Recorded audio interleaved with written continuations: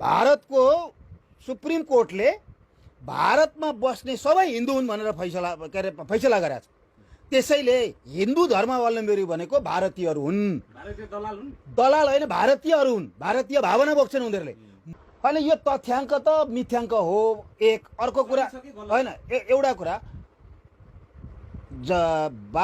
हिन्दू को हुने भन्दा छेत्री बाहुन हिन्दू हुने होइन।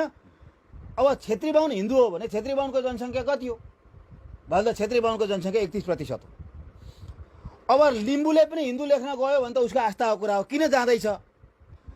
थारूले किन जाँदैछ? मगर गुरुङ तामाङहरूले किन जाँदैछ?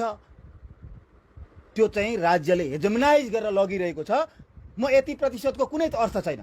गोर्खाली उपनिवेशको चाहिँ निरन्तरता हो यो कुरा।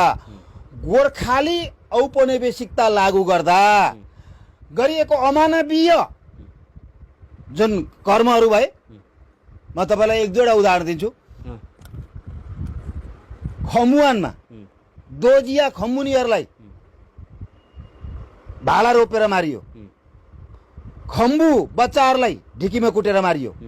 यहाँ लिम्बुवानमा सम्झौता गरिसकेपछि पनि चैनपुरमा घेराबन्दी गरेर त्यहाँ चाहिँ के सारा डढाउने काम भयो र ठुलै चैनपुरमा त्यसले विद्रोह निम्ता गर्यो। तामसालिङमा यति धेरै कत्लेआम भएको छ।